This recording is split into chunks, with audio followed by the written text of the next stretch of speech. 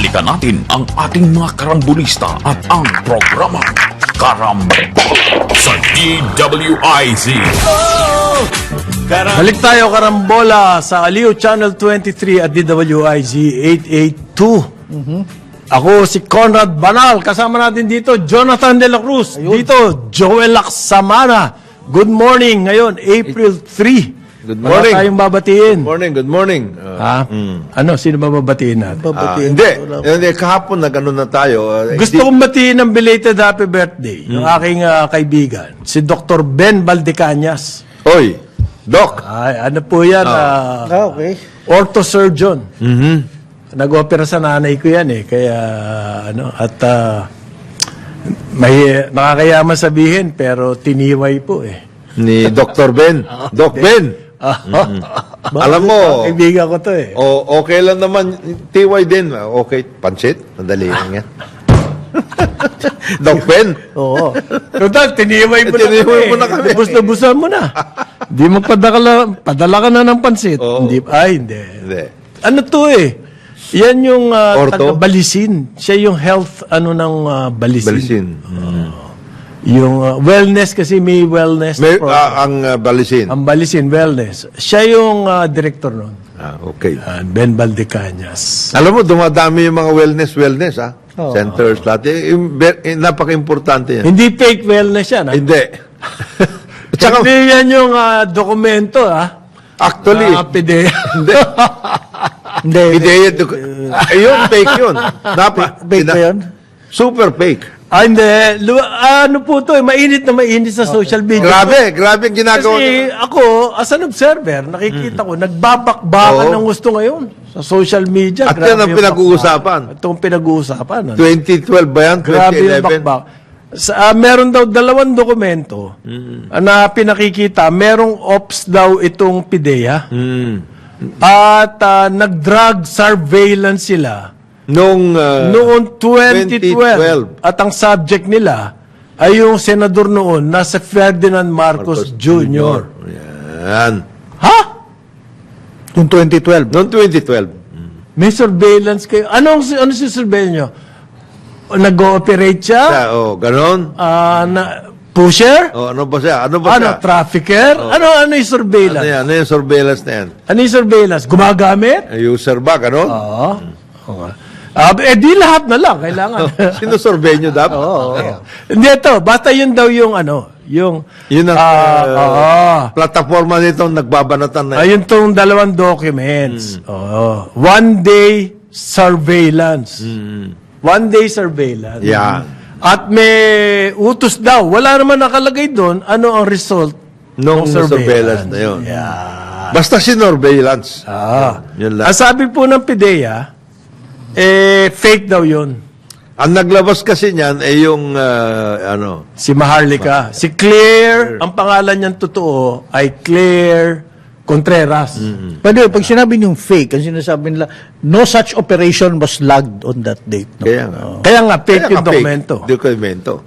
May gumawa, in other words. Ganito po kasi, may sistema, yung mga ganyan maski sa ibang private offices ginagawa yan Meron daw silang data system. Lahat ng dokumento po, bago mag-operation, May plan. merong naka-record dyan Operation. na tamper-proof at serial. Oo. Ano ibig sabihin nun? May numero. Okay? Yan ang mga numero. Naka-numero yan. Kaya hindi ka makapagsingit. Hindi pwede yung, parang, 21, 22, meron Nasingit kasing ka. doon. 21 and a half. Yeah. Hindi pwede. 21 and a half o 2021-8. Hindi gano'n. Hindi ganon. Sa panahon ngayon, May sa panahon ngayon ng AI at artificial intelligence, Sabi nila. maaaring pero nilabas to ni sino ba to, si Boljak, si Boljak, Boljakan page kasi yun si Maharlika. Si Maharlika nilabas niya. Nilabas. So marami na ngayong reaction. 2,400 reactions and 629 comments. Tapos it was shared 1,100 times kahapon, yesterday.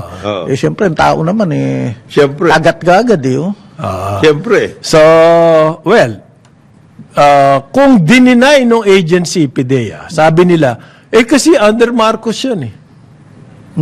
Yung PIDEA, kaya di-deny. Pero ganito po ang analysis dyan. Paano analysis? Analyzing nyo. Okay, kung totoo man, yung dokumento, 2012 daw yun. Na dokumento. Kung totoo yun. Kung totoo yun. Di pa nga natin nababalidate Okay. kung totoo yan eh. Ako, nag-iisip ako ganito.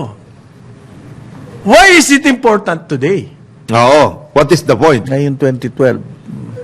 Di ba, yung nangyari noong 2012, 12 years ago, all of a sudden, importante. pinag-uusapan. At bakit lumabas sa isang vlogger na talagang, well, sila-sila lang po ang nagkakaintindihan. Yes. Siya lang at saka yung kanyang follower. Oo. Okay? Ang nagkakaintindihan. Parang naghahanap palagi ng mga pwedeng ibato. Bakit? Iba. Coming on the heels of the plummeting news reports on the plummeting ratings. Alam mo, The sa president. akin, pwede lumabas sa isang ganyang vlogger. Okay. Ang isang dokumento, halimbawa, na nagkanakawan ng fertilizer Yan. sa DA kasi very current. Oo. Alam natin problema natin ngayon ng pagkain No, at very current at concerned dyan. So therefore, halimbawa yung nangyari sa NFA. Yung sinuspend. Nagpabili. May nagchuchu. Na, May whistleblower. na pinagbibili Yung mga- bigas, whistleblower. Nire-rebag. Oo, current, timely. At yan mapag-uusapan. At Kailangan yan may pag-usapan. ano ng taong bayan. At yan, alam ng taong bayan na ito nangyayari talaga. Sa isang newsman po, kamukha namin, kapag meron ganyan na lumang-lumang incident, Hindi pa, from out of the blue, lalabas mo yung dokumento na may lumabas, ay may ops na sinasabi. oo, may nangyayari. May ops, kampi. May kampanya. Ano bang background nito si Mahal? Pero look, para sa mga vlogger gaya ni Maharlika, kaming mga for us citizen journalists, Yan. walang timing. Yan. Ang katotohanan ay katotohanan. Yan. Ayan. Totoo yun. Totoo yun. Walang ka-timing. Walang timing. Kaya nga ina-analyze ko ngayon eh. Bakit bigla Wala ganyan? nga timing sa'yo eh. Kaya nga ina-analyze ko eh. Oo. Sino ba si Maharlika? Si Maharlika, Ang Claire, pangalan niya, Claire ayon sa reports po, she's based in LA. LA. Yes. At sumikat siya noong panahon ng kampanya Tumulong siya. dahil siya ay pro-BBM, At that time. pro-Sara. Meron nga siyang inilalabas sa kanyang page na picture nila ni First Lady Lisa Araneta Marcos na magkasama sila. Uy, Kumbaga, close na sila. ganun sila. In other words, nakapagkuha ng picture. All of a sudden, nagkaroon ng turnaround to. At naging matinding kritiko. For some unexplained, Reason. undisclosed reason, Naging- naging matinding kritiko Scathing, critic. ni BBM. Lahat ng pwedeng tsaka Not ni, pwedeng ibato. Siyempre, meron suspicion na may nagpapaandar sa kanya. Oo. Bakit bigla? Bakit bigla? Yan. Tsaka Ngayon po, yan ang nangyayari sa ating social media, paandaran. Merong grupo magpapaandar. Merong isang grupo- sagot doon na papaandar. oo. Is that doing us any good? Sa halip na pag-usapan natin, Mga problema. mga problema na. Kanya-kanya paandar eh. Wala. Kanya-kanyang paandar. Kaya ang Okay. mga taong bayan, As an observer, ako tinitignan ko lahat yan. Ang sinasabi ko, it's not leading to anything. Any solutions or ano? Ang objective mo, siraan mo si Marcos. Okay. oh, Kailangan meron kayo monitoring yan. Tinignan nyo ba yung bang ating objective na reach natin? Sisiraan natin si Marcos. Okay. At saka bakit nyo gusto siraan si Marcos? Gusto nyo may pumalit sa kanya? ganun ba? Yung ba yung inyong iniisip? At malaerap? Yan. Yan ba? Yan ba? Ma-oust? EDSA dos, ganun. Mga ganun. Hindi kasi nagkakaroon na ng rabble-rousing eh. Oo. Diba? Mga rally. Alam mo, malayo sa bitukan ng tao. EDSA 2? EDSA 3. EDSA 4, whatever. 4. Wala na nga, taas na nga ng bilihin, at everything. Anyway, Hindi, yun nga yung problema dyan. Mayroon talagang nagpapaandar. Hindi nga yun na nga. Sinabi ng PIDEA, fake yan. Ang sinasabi ngayon, nagsisinungaling ang PIDEA. Oh, nakita ko. Wala kang laban dyan. Wala. Yung mga ganon, wala. He said, wala na. Kasi po yung sistema nila, inireveal nga nila, meron silang sistema, hindi po ginagawa ng mga agency yan. Eh di ngayon, alam mo na kung paano. Diba? Yung isang numero doon, burahin mo. Palitan mo yung content mo. Di tapos ka. Kaya mong ba mag-tamper? Yan ang problema. yan ang problema.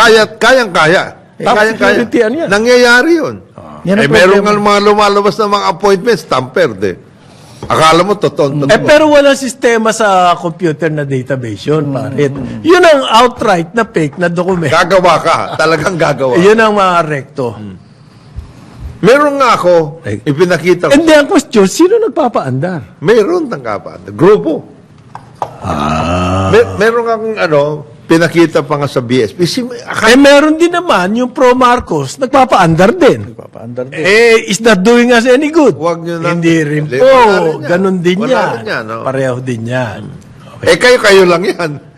Ang taong bayan, 99.1%. Hindi po pinapansin yan. Wala. Kaya nasa echo chamber sila. Oo. Yan. Yung mga nagpapaandar na pro Marcos, sila lang rin Ang audience nagkakaintindihan. At saka yan? Basigasig. Ah, Anti-Marcos, ganun din. Ganun din. Nasa echo chamber din yan. Sila lang. Tapos may mga in-between, mga marites. Kaya, what is this doing to our nation? Yan po ngayon ang kailangan nating isipin. Actually, alam mo, paring Conrad, paring... Nakikinabang po ba tayo dyan? actually, na sinasabi ng mga ibang mga kaibigan natin sa labas. Sa labas. Kaya kanya na nangyari sa Pilipinas kasi kayo pinakamalakas na maggamit ng mga social media. Di ba? Ang inyong concentration, your productive hours, concentrated on social media, ganyan. Kaya po ang PNP chief, Teka, nagsalita, sabi niya, oy mga polis, during duty, hindi kayo pwedeng mag-social media. Magtrabaho kayo. Padre, teka muna, meron tayo sa mga ating taga-subaybay. Sa tingin nyo ba, itataya ni Maharlika ang buhay niya, magsalita at magpakita ng documents if hindi totoo ang kanyang pinagsasasabi? Ayos yung mga... I don't know where that's coming from. Ikaw ba Hindi- naghahanap hindi ko ng naisip. sagot, Iho? Ng huweteng, Hindi namin alam yan. Kami po, tinataya rin namin ang buhay namin. Pero hindi kami nagtatago dati sa pangalang fake. Si Maharlika, bakit Maharlika? Di sabihin mo yung tunay mong pangalan. If your real concern, It's the good, of the country. Oh, yan. talaga bang journalism yung ginagawa niya mga yan? Hindi po eh. Iba. Okay. Iba nangyayari. Ang tawag nga doon, purveyor of hate. Oo nga,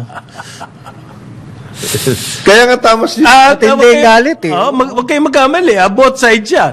Pro Marcos Or anti. at anti-Marcos. Anti-Marcos. Pareho walang pakinabang sa atin yan. Kaya yung sinasabi ni Wala tayong pakinabang General dyan. Marbil, oy kayo, imbis na mag-social media kayo dyan, pumunta kayo, Gawin niyo muna yung trabaho niyo. walk the streets.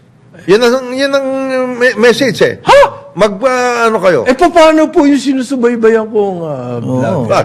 Vlogger. Mukhang Sir naman. Baka hindi ko Maganda naman, sir. Oo. Baka walang internet dun sa streets eh. Yun nga- Pag naglalakad ho kami, Ha?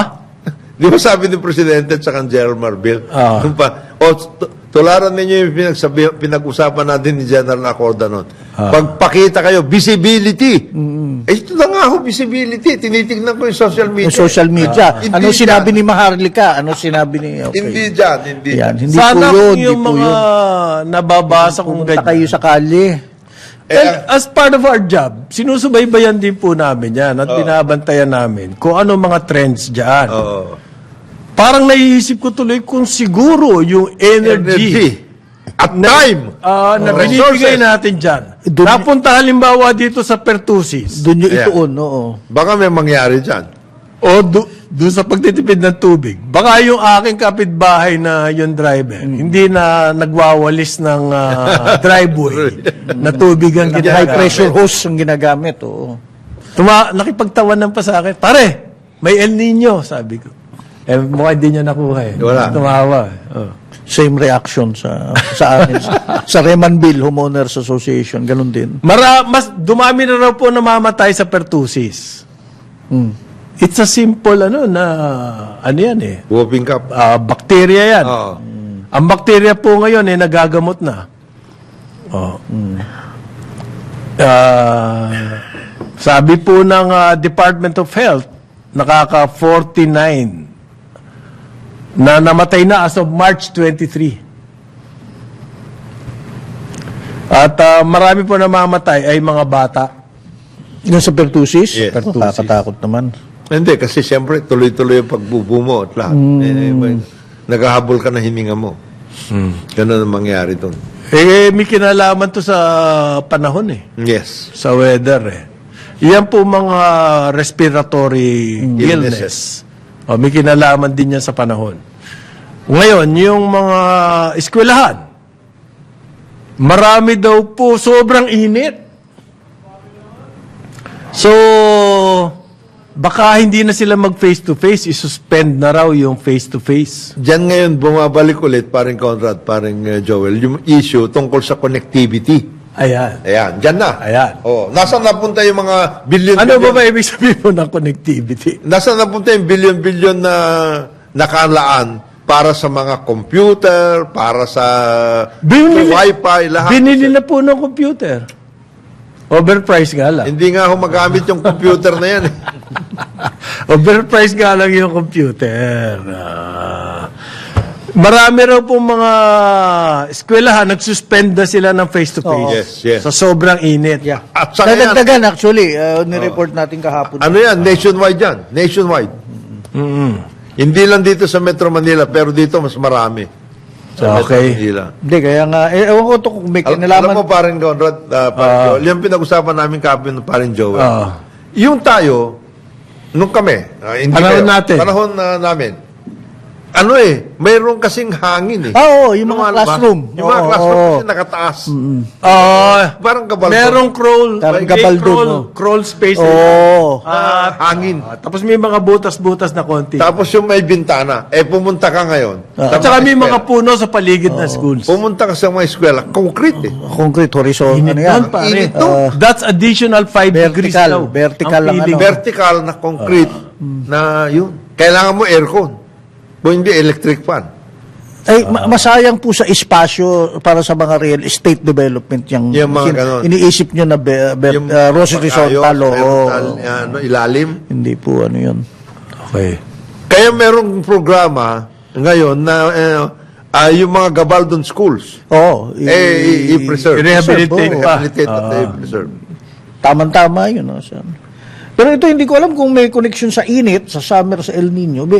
May sinabi ni House Deputy Majority Leader Janet Garin. Ayon tungkol sa ano. In-advise na mga babae At na saka huwag lalaki. magsuot, at mga lalaki, Oo. pero babae lang yata sinabi niya, nasama na lang lalaki. Huwag magsuot ng underwear sa bahay to avoid contracting fungal infections. fungal infection. Ayan. Ngayon na sa mainit na panahon. Oo. Is that based on science? Yes, sabi niya. Sabi niya eh. Ngayon, kinontra baka Kinontra ni Health Kinontra ni Secretary Tony. Ted Kinontra Herbosa. pati ni Tony Lachon. Kinontra rin niya. Oh. Sabi niya, Wala raw kinalaman doon. hindi kailangan magkomando daw ang mga babae na ano. Cotton underwear lang daw. Pwede na. Tsaka, baka dumami ang population na. Oo nga, baka kabaliktaran na maging problema natin na dumami ang Saka ano pa populasyon. nga, tungkol sa fungal infection. Pero dumami naman ang dumami population. naman ang tao. Ayan. Baka ganun. Mahirap yun. Anyway. Yung POPCOM na executive director, mag-ano yan. Okay. Aangal yan. Population Commission. Okay.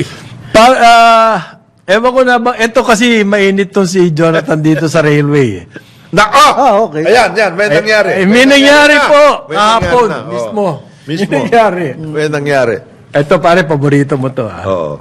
magkakaroon ng interagency committee Oo. Yan. para daw mapabilis ang right of way Yun, ng mga right of way. railway projects. Ibig mo sabihin, hindi kaya ng DOTR mag-isa. Bakit kailangan mo ng committee para At hindi lang Committee, At hindi lang ho dapat, Mr. President, hindi lang ho dapat railway. Lahat ng ng project. infrastructure. committee na natin? Gawin na natin permanente yan. Alam mo kung bakit? Bakit? Yung right of way, hindi lang naman tungkol doon sa, hindi lang naman yung alignment Public Works alignment. Pag nag-ano ka ng alignment, ito, malalaman mo na kagad, ano bang nandiyan sa alignment na yan? May mga bahay, may mga may-ari ng ng talyer or whatever, may nakatayo, anong gagawin mo dyan? So, finance na yon. Kasi yung mga yan, either hindi nakakabayad ng ng amilyar, at o kaya, mag-uusap na kayo tungkol sa presyo. Di ba nagkaroon ng problema nung dati? Yung skyway natin dito sa Private connection, sector yan. Mabuti na lang si RSA. Sabi niya, hindi na. Kami na muna magbabayad. Para lang matapos na ito. Merong isang hardware store ata maliit doon, lang, maliit, napakaliit. na ayaw... Ayaw bumigay? Kaya mabuti, meron ng right Hindi, of way yun na nga. solution. Ang sinasabi naman, it is created, itong committee na to study and devise an efficient and collaborative mechanism to streamline the process Alim, of land acquisition. Ayan. Ayun, si Maharlika ba yan? Hindi. Hindi. Ito yung Palace issued statement. Alam mo, di ba dati, from the very start, pinag-uusapan na yan, kung magagawa ka ng alignment for whatever infrastructure project na gagawin mo, from the very start, dapat alamin mo na kung anong estado nung pupuntahan ng alignment na yan. Para, alam mo kung anong haharapin mo, magkano, mga ganong klase. Hindi yung, kagaya niyan, Tsaka yung haniping members ng panel ng committee na to. high-powered ba? High-powered? Department of Interior and Local Government, Yan. Department of Social Welfare and Development, Department of Environment and Natural Resources, dinagdagan pa natin ng trabaho si Most Travel, Department of Finance, Sino? Sino? Sino Department most of- traveled? hindi ba Most Travel to si Kasi ba't yung kailangan- bigger than us, Ba't kailangan siya? Baka yung DSWD kailangan. kailangan. Department of Finance, okay yun. Ay, ganyan, Department dapat- of Budget and Management, Ay, Department dapat of din yan. Justice and Office of the Solicitor General. Ayan. Marami-raming honorarium yan, sir, sa pag-attend ng meeting. Tsaka marami kang pwede ituro. Marami pa Ay, yan. Kasalanan po niyan yan eh. Oo. Hindi po ginawa yung akwan. Pinag-usapan na ho namin Oo. Malala- Sabi namin mag-meeting hindi naman siya umattend sa... Malalaglag yung hindi umatid ng meeting. Ay ka dyan. Ay ka dyan. Yari tayo dyan. Meron na kasing Right of Way Act, Republic Act 10752. Hindi ba ma-implement yung... enforcement ang problema. All the while, everything, it's a matter of enforcement. Kagaya kanina, merong isang Marami pong paraan para makuha yan. Expropriation, negotiated sale. Ngayon, sa bagay. Pwede nga... We wish them... we wish them Yeah, ba't always. tagal na niya railway na yan, pare? as always. Sino ba ang nag-China, GMA pa yan?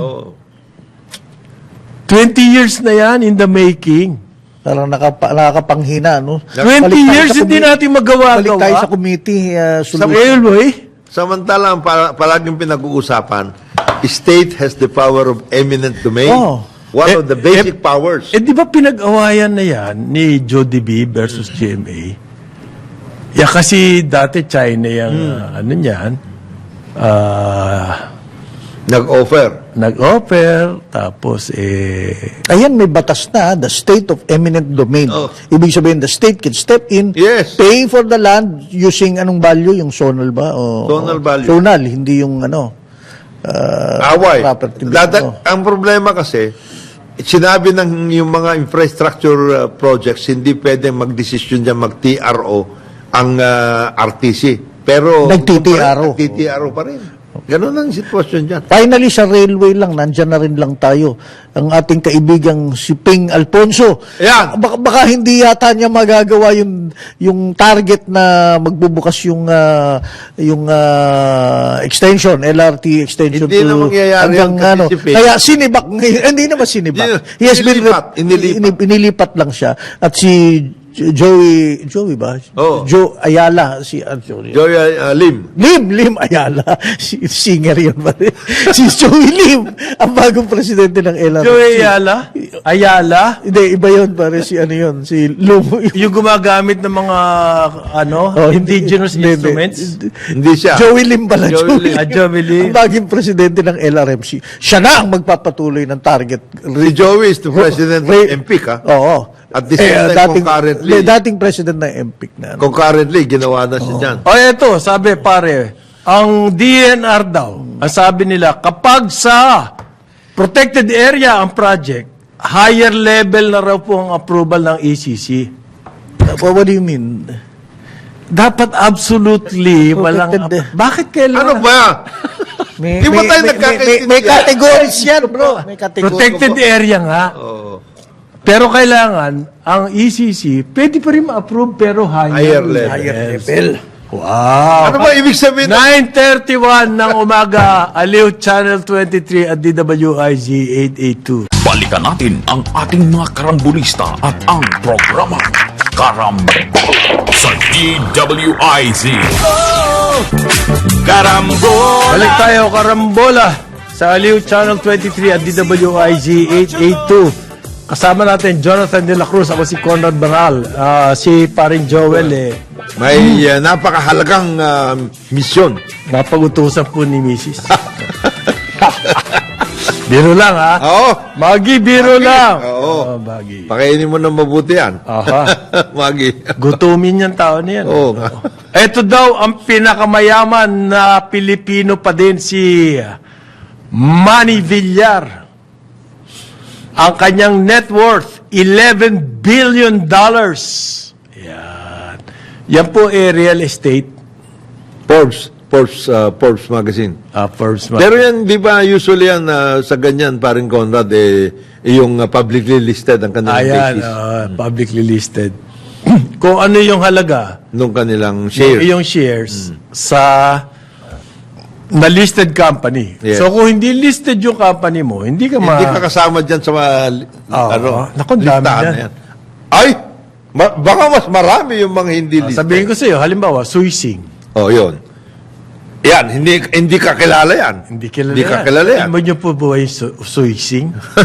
1954 pa yata yan. Soysing na yan Almost 100% ng manufactured in the Philippines. Sa kanila dumadaan. Distribution. Yung Sila ang logistics. Suising.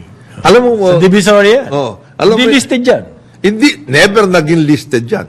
Alam mo ba yung soysing na yan? Di ba't sinabi na natin from the very start, nag-aaway-away yung mga tao, yung mga nasa agencies Oh. tungkol sa logistics. Eto! Yan lang, nakita nyo lang. Ayan na!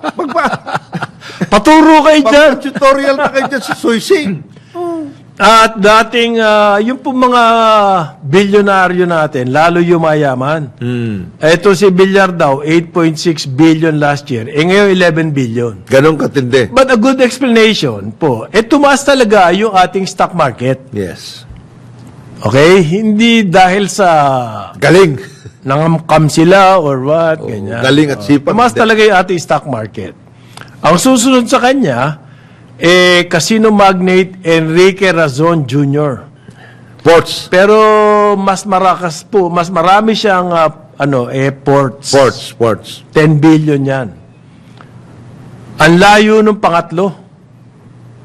San Miguel CEO Ramon Ang, nasa 3.5 billion. Biro mo 11 billion, 10. 3.5. Yan yung top 3. Tapos susunod po doon yung mga magkakapatid na C, na mga anak ni Henry C. Ayun kasi pinaghati-hati na eh. Pinaghati-hati na.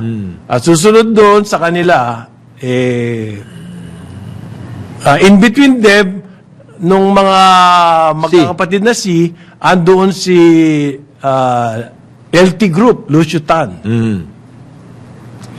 O, pagkatapos dito mga Lucio Tan Henry C, nandun si Jollibee, Tony Tang Kakyong. Kakyong. 1.4 billion. Meron pong bagong nakapasok dyan sa billionaires. Yung may-ari ng Pure Gold. Lucio ko. Yung mag-asawang Lucio ko At saka Susan. at saka Susan ko, may get 1.2 billion si Lucio ko, si Susan ko 1.1. Pero pag kinumbahin mo yan, napakataas nila, 2.2. Halos nandoon sa, lagpas pa sila doon sa mga C. Okay? Yan po ang bagong, alam niyo ba yung Pure Gold? Yung mga tindahan na maliliit. Yung mga C naman, pag kinumbay mo sila lahat, 14 sila eh. 14 billion. Okay. At another new entrant, yung pumiari ng Wilcon Depot, Aha. William Bello, nasa 1 billion. Yan. Distribution din yan. Ito ang napasin ko dito sa report ng Forbes. Yung po mga mayayamang billionaire sa buong mundo, palaki ng palaki ang kanilang net worth. Yun ang nangyayari kasi pa mga publicly listed na shares nila, antitindi ng mga pagtaas ng prices, share prices. Kagaya ng Amazon. Aha. Pero ang number one ngayon, pinakamayaman daw, worth 233 billion, ay nasa sa fashion industry. LV. Louis Vuitton at saka Sephora. Yes. Si Bernard Arnold. Wow. Yan. Wealthiest, 230. Tinalo niya si Elon Musk ng Tesla, 109. Alam mo pare, sa akin yung $195 billion. Sa akin, it's just an idea. Wala, hindi ko maubong. Hindi mo pwedeng hawakan. Na idea lang na ganun kalaking pera. Do we know even what it can do? Di ba may nagsabi dati na if you start talking about your Billions? that means you are not in that you are not in that In league. kasi hindi yung mga sayo Hindi mo na binibilang. Hindi mo binibilang. Okay. Fashion. Ang top 20 lang ng Forbes, nasa 700 billion na. Ang in-increase Grabe. Over the years siguro. over last year. Wow. Share prices yan. Share prices. Siyempre. Tsaka siguro, kaya umaakyat yung share price, may dahilan yun eh. Hindi lang yun dahil sa overall trend ng market. Dahil sa lumalaki rin nakita ng mga kumpanya nila. Tsaka dun sa sector na yan, halimbawa yung fashion and accessories na sector, ibig sabihin yan may revenge na buying. Pero ang binibili mo dun, bragging rights. It's the brand. Bragging rights The lang brand. yun. Pareho lang yung bag na Louis Vuitton tsaka yung Divisoria bag. Pareho lang ang serbisyo sa'yo nun di ba? Hindi. Ang utility sa'yo, pareho lang. Pero kung naka-Louis Vuitton ka, may bragging rights ka. Ibang dating mo. Hindi ba ganyan nga, yan ang banat sa mga Chinese products noon. Ay, pareho lang yan Pinalitan lang yung label. Doon din naman ginawa yan Pareho lang yan. Ito, sabi nila, kawawa yung mga billionaires natin. Kailangan nilang party list. Marginalized sila Kokonti lang sila. Aray ko. Konti lang sila, yung mga taga Cebu, mag-ingat kayo. Meron pong talagang water crisis sa Cebu. Dineklara na. Sa City of Cebu. Ni Mayor Rama. Ha? Dineklara na. Michael Rama, sabi po niya, lakas daw na effect. Water crisis na sila. Ano ibig sabihin po niyan? Yung pagtitipid ng tubig. Mas pa doon. Mas pa. Yung Cebu kasi has always been having that kind of problem even without El Nino. May water problem. Mayroon talagang kasi ang lakas ng development doon, kokonti naman pinagkukunan nila ng tubig kasi wala silang malalaking mga na bodies of water. Wala. Di ba at one point sinasabi nga na kung kinakailangan mag-import sila from Bohol. Ayun. Kailangan po dyan talaga impounding. Kasi yung mga island na yan, Kokonti pag na. umulan, yung tubig ulan, sigurado Diretso. mapupunta sa dagat. Diretso sa dagat. Wala ibang pupuntahan yun. Kasi- Kasi diba, paligid kayo ng tubig eh. At saka wala naman kayong malalaking water So yung water impounding, Just yung areas rainwater sa mga islands natin, yan, critical yon. di ba responsibility ng mga LGUs yan? Dapat. According to the law, Yes. paano ma-implement to? Bigyan, Ang Cebu kasi may area, Cebu City, may area ba sila for water impounding? may mga areas Baka pa. may mga modern system na pwedeng May mga gawin. areas pa. Di ba sa Singapore ganun na nangyari? water impounding, mga- Toy Stories Sa baba. sa baba. Matinding-matindi. Oo. Halimbawa, cistern. Gagawa ng cistern, nakabaon. Tapos yun yung gagamitin mo pandilig, panghugas, pang-flash, ganyan. Para yun ang gagaling sa gripo, yan yung panluto, iinumin, panligo, di ba? So, Sistema. dahil sa tindi nitong El Nino, pare, palagay ko hindi lang Cebu City. Lahat ng urbanized areas. Eventually. Sa Tugigaraw, pare, Nabigat doon. Has always been. Tugigaraw is 38 degrees. Temperature po yun, ha? Hindi yung heat index, ha? Yung temperature ng Cagayan, 38 degrees. Para ka namilagnat nun. Oo. 36 kasi ang... Pag lumabas ka pa noon, 36. lalo ka na. para ka namilagnat. 36 something ang Lagnat. temperature ng katawan natin, eh. Koso sa nasa 38.3 degrees. Bakit natin pinapaliwanag hanggang ngayon itong mga ito, paring Conrad? Kasi sana sa 2025, susunod na taon, hindi na ito palagi na ng pag-uusapan natin how to go about yung mga Saving system. water. Paulit-ulit tayo. Paulit-ulit eh. Pati yung water impounding sa akin, parin Jonat, hindi naman talaga rocket science. Hindi. Not at all. Maghuhukay ka, lalagyan mo ng lining. Oo. Okay? Yung tubig ulan, mapupunta ron. Gagawa ka ngayon ng sistema, paano mo i-harvest yun? Pump lang yun. Ganun ba kahirap yun? Hindi naman siguro. Ganun kahirap. Hindi yan. Hindi rocket science. Hindi. Hindi brain surgery yan. Hindi. Kaya sabi po ng eto pare, Court of Appeals, nireverse ang ombudsman doon sa dismissal. Dalawang opisyales ng MIAA. Kasi po, etong dalawang opisyal na to, Cesar Chong at yung kanyang assistant GM, si Irene Montalbobi.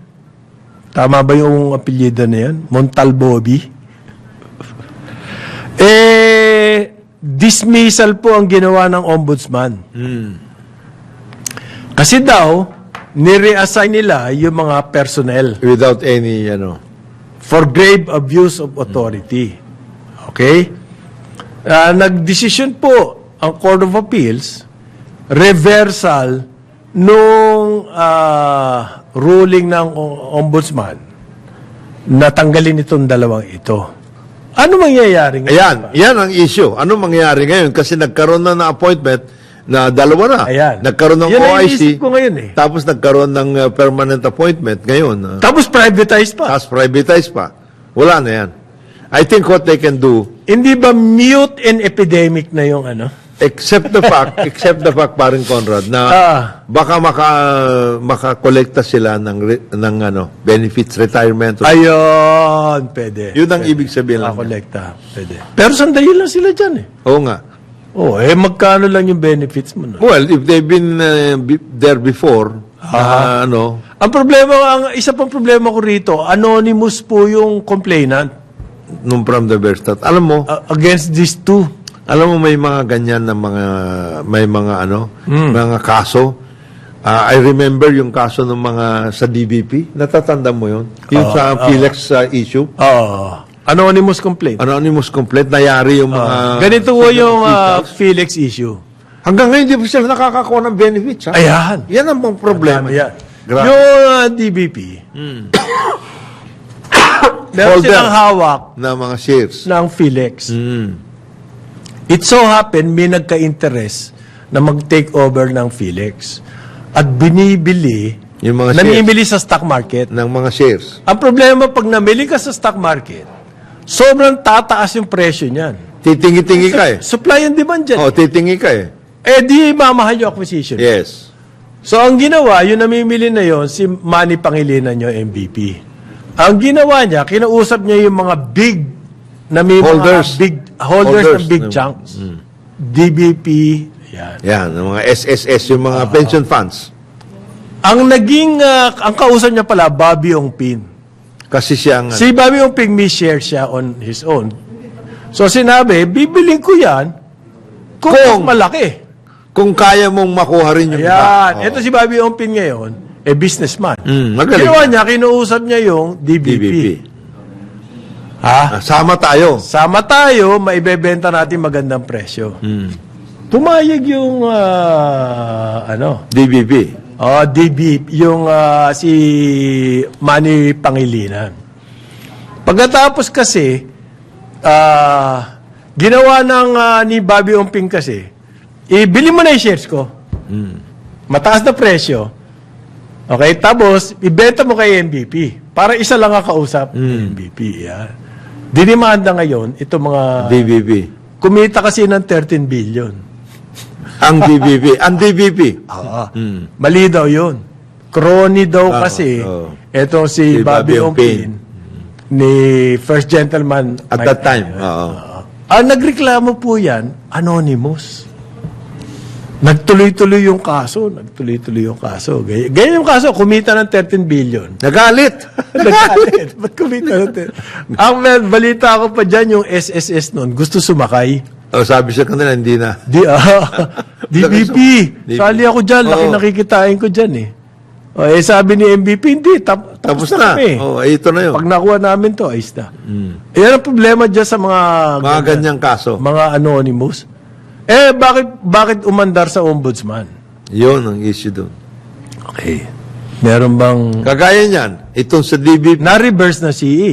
alam mo, hanggang ngayon sinabi na, mismo CA rin ang nagsabi sa kanila, saka sa Supreme Court, na walang katuturan yung kaso ninyo laban dito sa mga DBP officers at saka board. Sinabi na yan. Sinabi sa kanila.